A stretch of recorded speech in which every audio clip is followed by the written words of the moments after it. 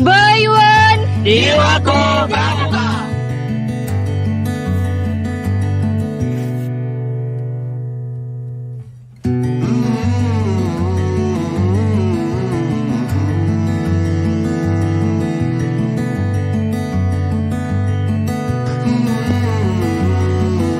Jambore Nasional 1981 adalah cikal bakal awal berdirinya Pramuka SMP Negeri 1 Gending.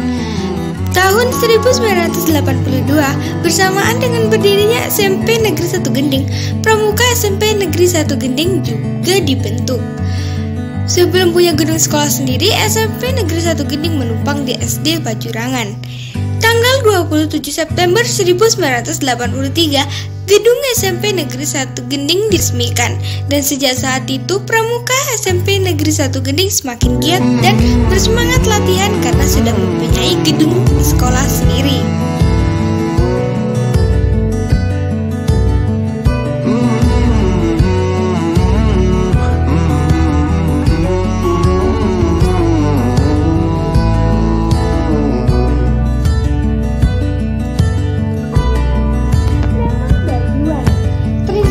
Dari angin gending yang sangat terkenal, maka Pramuka SMP Negeri 1 Gending membuat nama sebutan untuk dibutuhkannya agar mudah diingat.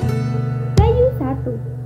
Nama itulah yang kemudian dijadikan sebutan Pramuka gugus depan SMP Negeri 1 Gending.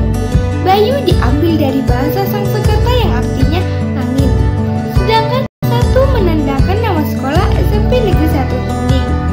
Nama Bayu 1 mulai diperkenalkan sejak tahun 1998. Pada tahun 2005, nama Bayu 1 mulai dibahasa Inggriskan yaitu Bayuan. Pada tahun 2009, nama Bayu 1 tidak lagi digunakan.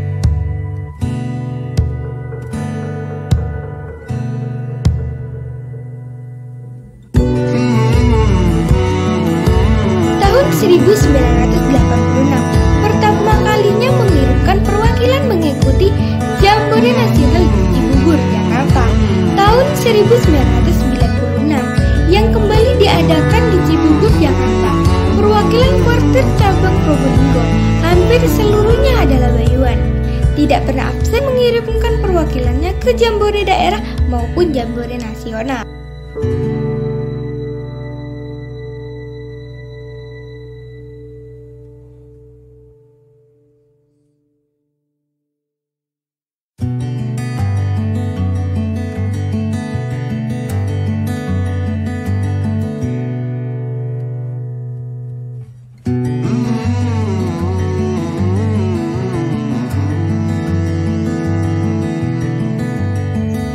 Sejak berdirinya tahun 1982 sampai 2002, selalu menjadi juara 1 putra-putri LT3 tingkat kuartir cabang Probolinggo, sehingga mewakili Probolinggo ke lomba tingkat 4 daerah. Juara 2 putra LT4 kuartir daerah Jawa Timur tahun 1990-an. Juara 1 putri LT3 tahun 2010. Ini membuat Regu Putri Bayuan kembali mewakili Probolinggo ke LT4. Juara Pidato dan TTG LT4 tahun 2010. Juara 2 putra LT3 tahun 2010.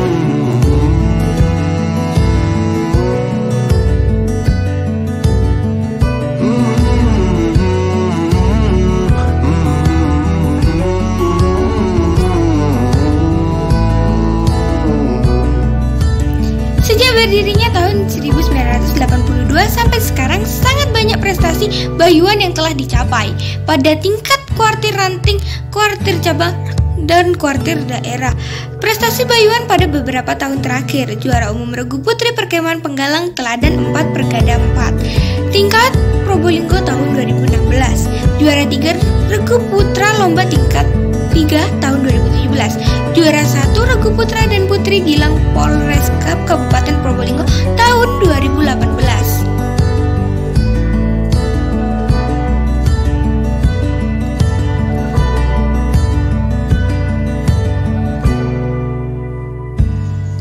Peralihan pembina Kak Marso sejak berdirinya tahun 1982 sampai 2009. Akhir tahun 2005, Kak Marsus yang tidak bisa aktif lagi membina karena faktor usia dan kesibukan yang semakin padat di profesinya, meminta mundur dari jabatannya sebagai pembina Bayuan. Namun pihak sekolah tidak mengizinkan karena alasan belum ada pengganti. Jadilah pada tahun 2006 sampai 2009 terjadi kekosongan pembina. Pada saat itu Bayuan hanya dibina oleh asisten pembina dan mengalami keterpurukan. Hal ini terbukti dengan tidak terjadinya juara 1 putra maupun putri pada LT3 tahun 2007. Ini pertama kalinya dalam sejarah Bayuan sejak berdirinya tahun 1982.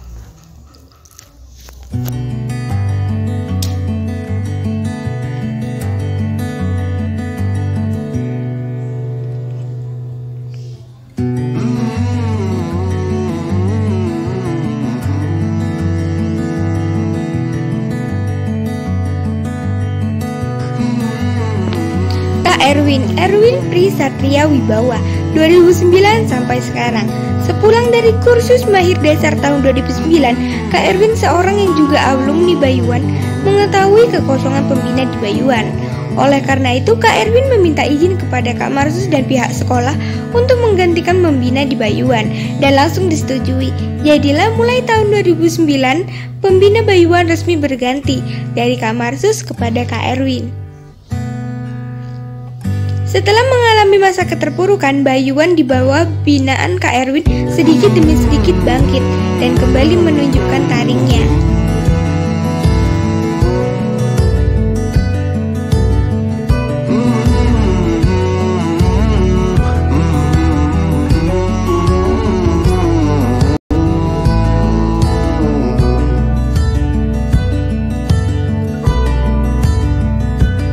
Itulah sejarah Bayuan dari awal berdirinya sejak tahun 1982 hingga sekarang.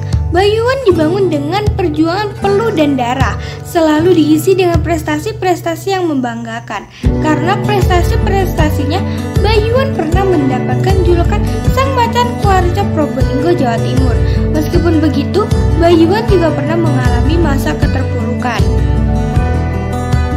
Sekarang saatnya kalian jangan ulangi masa keterpurukan itu.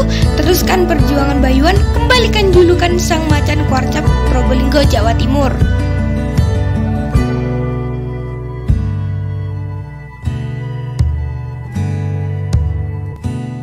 Assalamualaikum warahmatullahi wabarakatuh. Perkenalkan, nama saya Kalsum Fatina dari Bayuan. Hari ini saya akan mewawancarai kepada narasumber bernama Kak Marta tentang sejarah Bayuan. Permisi, Kak Marta, saya izin mewawancarai. Di sini apa yang menyebabkan terpuruknya Bayuan pada masa peralihan?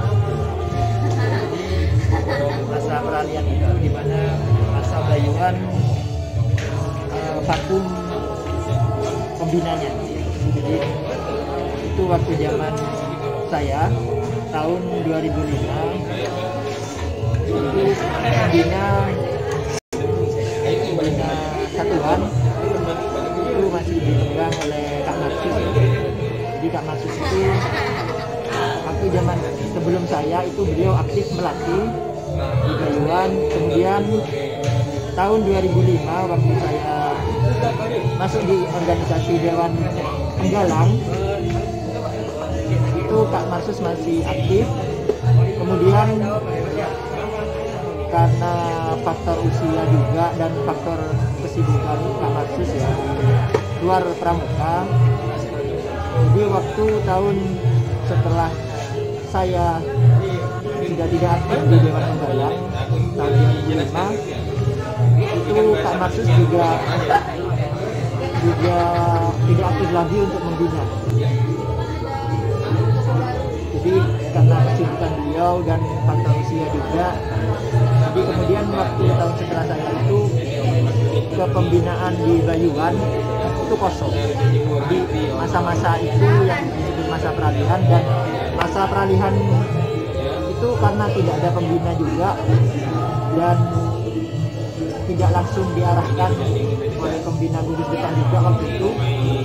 Masa waktu itu adalah masa peralihan keterburukan Bayuan dalam sejarah kita. Mulai tahun 2006 setelah saya sampai kira-kira tahun 2009 yang kemudian Kak Erwin ya namanya. Kak Erwin itu beliau adalah salah satu alumni Bayuan juga, salah satu alumni. Kemudian beliau itu ikut kursus pembina, dan di tahun 2009 itu karena sekian tahun lama tidak ada pembina, Kak Erwin kemudian minta izin ke Kak Marsus untuk pembina. Nah, bagaimana di masa peralihan setelah Kak Marsus tidak aktif ke Kak Erwin, itu ada kekosongan pembina dan terpurukan kita di situ. Itu terpurukan kita yang paling sangat buruk ya menurut saya. Itu dialami oleh adik-adik kelas saya ya. Dari tahun-tahun sebelumnya itu kita selalu mewakili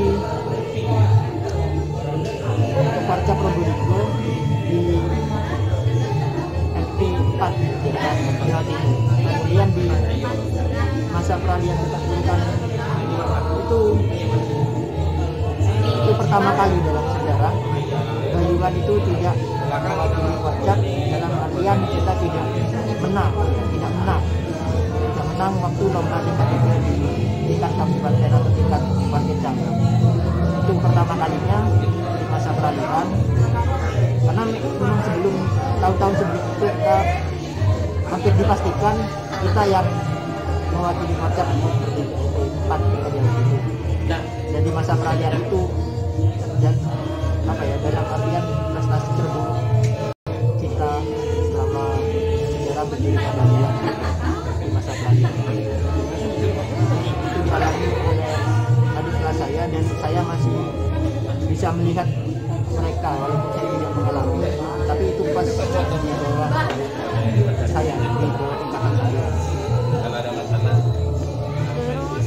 Pelajaran yang bisa diambil dari kejadian itu, dari terpuruk Bayuan. Jadi pertama kita memang harus menghormati seorang pembina, pembina satuan, pembina yang lain di Bayuan, karena memang pentingnya pembina di masa penggalang seperti kalian ini. Itu memang fungsi pembina itu adalah mengarahkan dan memberikan jalan kalian harus kemana. Dan di masa peralihan itu kita tidak punya pembina yang waktu itu membinanya kan tidak tetap atau ganti-ganti. Jadi kita tidak punya pegangan, tidak punya sesuatu yang bisa mengarahkan kita yang lebih baik. Jadi di masa peralihan itu cukup waktu itu saja, karena waktu sebelumnya masa peralihan dan sesudah itu kita sudah punya pembina. Jadi apa yang diberikan tugas oleh pembina itu kita kerjakan sebaik-baiknya, karena kita selain punya masa-masa kejayaan, kita juga masih punya masa keterpurukan itu karena tidak hadirnya seorang pembina. Dan sekarang kita juga sudah punya pembina lagi, punya pembina yang sudah pasti ya, sudah tetap, tidak berganti-ganti. Dan dari situ kita harus kalau ada tugas kita jangan meremehkan, harus tanggap, kerjakan sebaik mungkin, karena itu bukan untuk pembina, tapi itu untuk sendiri pertama, untuk diri sendiri pertama, dan kemudian yang kedua yang paling penting adalah untuk Bayuan ini. Jadi kita membangun rumah, sebelum kita itu sudah menata fondasinya, sudah bagus, sudah kuat, menata bata-batanya, hingga berdiri rumah yang seperti sekarang kita tempati ini. Dan kemudian di masa peralihan keterpurukan itu kita mencoba untuk membongkarnya sendiri, rumah yang kita sudah bangun. Dan kita sekarang sudah ada pembina lagi yang bisa memberikan arahan. Kita bangun lagi rumah itu, jangan sampai dengan meskipun dengan adanya pembina kemudian kita remehkan, kita mengulangi masa keterbukaan. Jadi itu yang bisa kita ambil pelajarannya. Seorang pembina itu penting, dan tugas-tugas dari pembina itu yang membuat kita bisa mandiri. Kemudian kalau kita sudah mandiri, Bayuan itu akan terbangun dari awal. Itu saja yang ingin saya tanyakan. Terima kasih Kak Fatina dari Skot Bayuan. Kali ini saya akan mewawancarai pembina Bayuan yang bernama Kak Erwin. Permisi, Kak, hari ini saya akan mewawancarai Kakak. Siap, silakan. Apa suka duka Kakak selama menjadi pembina di periode kedua Pramuka Bayuan? Oke, terima kasih untuk periode kakak di yang pelatih kedua. Kak Erwin ini sebelumnya mau menceritakan dulu. Kak Erwin ini melanjutkan dari Kak Marsus ya. Jadi pada tahun 2009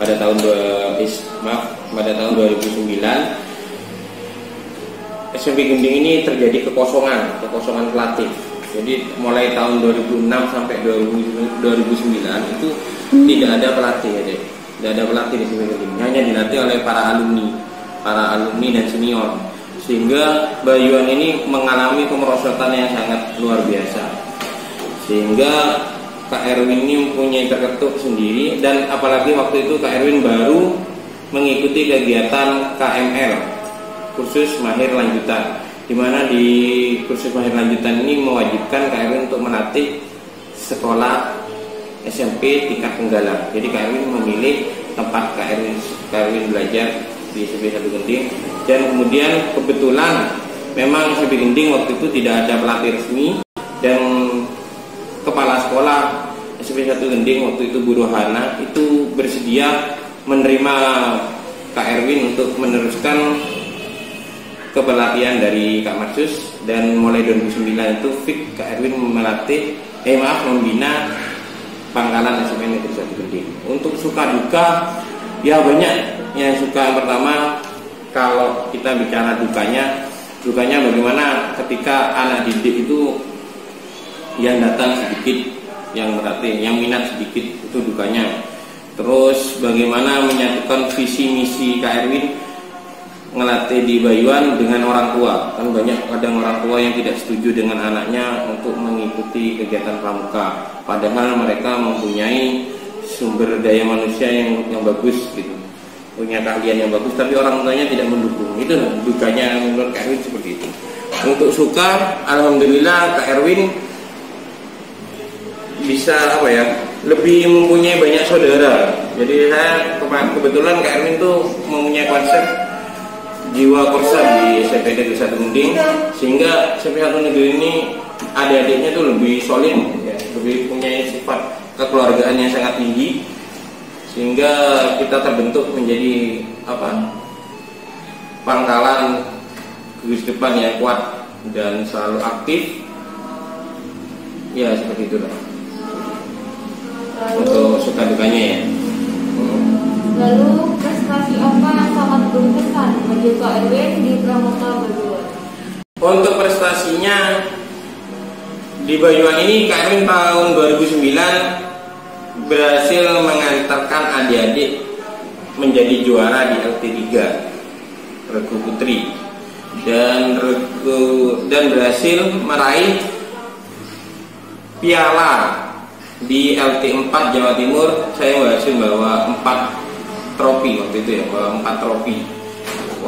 Waktu itu Probolinggo sangat kering dengan trofi LT4 ya, jadi kita berhasil bawa 4 trofi, walaupun tidak menjadi juara umum, tapi kita berhasil membawa 4 trofi. Terus Kak Erwin bisa bawa adik-adik di kejuaraan pramuka yang diadakan oleh kegiatan lokal, seperti contohnya seperti Perbada dan kegiatan LKPP yang diadakan oleh lembaga-lembaga di daerah Probolinggo. Untuk itu, yang paling berkesan ya LT itu, yang paling berkesan LT. Terima kasih. Itu saja yang ingin saya tanyakan kepada Kak Idris. Terima kasih sudah mau meluangkan waktu. Sama-sama. Semoga Skor Bayuan menjadi tambah jaya dan luar biasa. Bayuan Jiwaku Pramuka. Dulu itu Kalau sekarang enggak. malah bayar karena dekat itu cuma berapa barusan ini bantuan jambore yang tahun berapa itu 2000 saya kan pimpinan kontingin juga 2000 berapa 16 kalau tidak salah ya 2016 saya pimpinan kontingin terakhir itu juga saya ikut sudah itu dari Warcam itu biayanya berapa ya 32 juta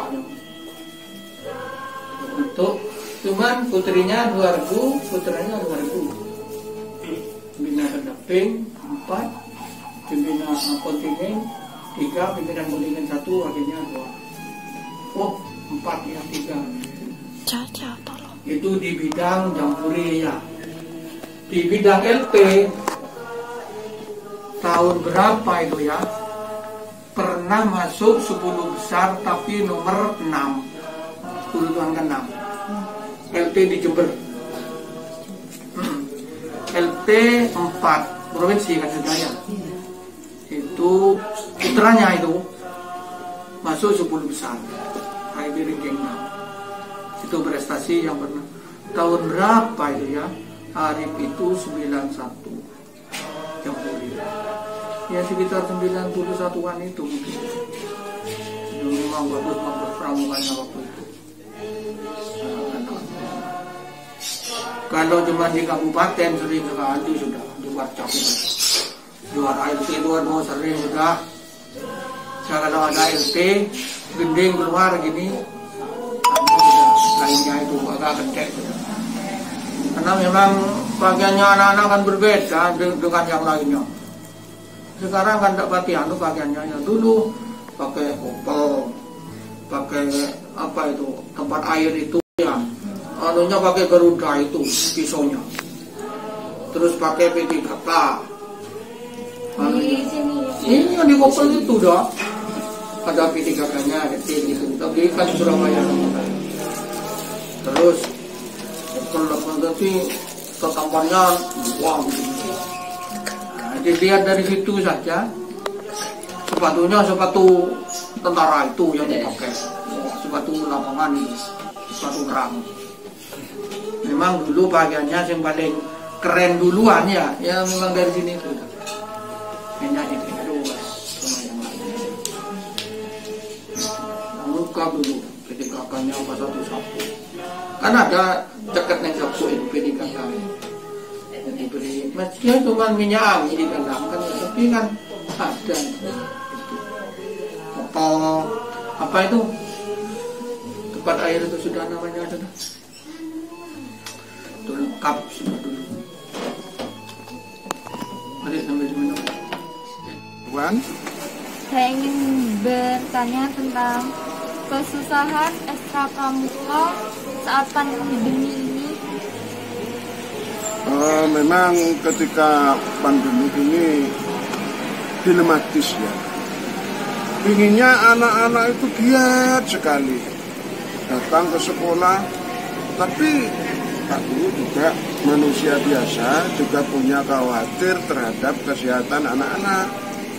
Oleh karena itu, anak-anak sementara di rumah sambil berkegiatan. Pernah Pak Guru, kakak memberikan tugas secara online. Karena kita semuanya bekerja dari rumah, ya secara online. Kemudian adik-adik mengerjakan secara online juga. Begitu. Ya memang ketika online itu memang butuh perangkat, butuh biaya, pulsa kan ya. Nah, pulsanya juga mahal. Nah, semoga saja dalam kegiatan ini Pramuka ini corona segera hilang dari muka bumi Indonesia pada khususnya dan dunia pada umumnya, sehingga seluruh kegiatan, seluruh kegiatan ekonomi, kegiatan kepramukaan itu berjalan lancar. Itu untuk di Bayuan, anak-anak tetap semangat walaupun kita dalam masa pandemi. Masih banyak anak-anak Bayuan itu silaturahim lewat dunia maya. Kita diskusi di forum WA Group di Bayuan. Itu adik. Terus yang harus dikembangkan atau dipertahankan dalam diri setiap anggota agar rasa cinta kami terhadap Pramuka Bayuan tetap terjaga. Agar rasa cinta dengan Bayuan untuk kakak-kakak yang Dewan Galang itu berlatih. Memang kelas 7, kelas 8 off dari latihan selama masa pandemi, tapi yang Dega ini berlatih sendiri. Saya lihat, saya acungi jempol anak-anak Dega ya, berlatih dengan memperhatikan protokol kesehatan. Bagus sekali, semangat. Saya dukung sekali, saya tunggu. Seperti Sabtu kemarin saya tunggu anak-anak Dega cukup. Bahkan yang alumni dari Bayuan itu masih ikut datang, ikut membantu memberikan motivasi. Saya berterima kasih sekali pada kakak-kakak itu, ya. Begitu, tetap semangat, ya, tetap semangat untuk berada di Bayuan. Bayuan nggak boleh mati, Bayuan harus tetap tumbuh. Ya, terima kasih. Ya gitu, untuk sementara jawabannya. Itu saja yang ingin saya tanyakan kepada Pak Jagat. Terima kasih kakak sudah mau meluangkan waktunya untuk saya yang ingin bertanya tentang Pramuka Bayuan. Assalamualaikum warahmatullahi wabarakatuh. Perkenalkan, nama saya Kalsum Fatina dari anggota Bayuan. Hari ini saya akan mewawancarai kepala sekolah dari SMPN Negeri 1 Gending. Soalnya tidak boleh Kak, saya ingin mewawancarai tentang Pramuka Bayuan. Tanggapan Bapak tentang skot Bayuan di SMP Negeri 1 Gending gimana, dan juga kesulitan apa yang Bapak alami di Pramuka SMP Negeri 1 Gending? Alhamdulillah, Pramuka Bayuan ya.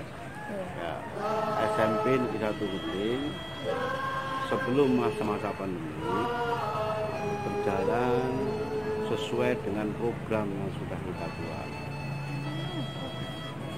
Artinya kegiatan pramuka, latihan pramuka bisa kita laksanakan sesuai jadwal yang kita buat. Namun pada masa pandemi ini, karena kita tidak pernah bisa mengumpulkan anggota pramuka di sekolah, ini menjadi kesulitan kami untuk menghadirkan anggota pramuka yang ada di SMP Negeri 1 Gending. Ini sebenarnya menjadi hambatan. Namun demikian, tetap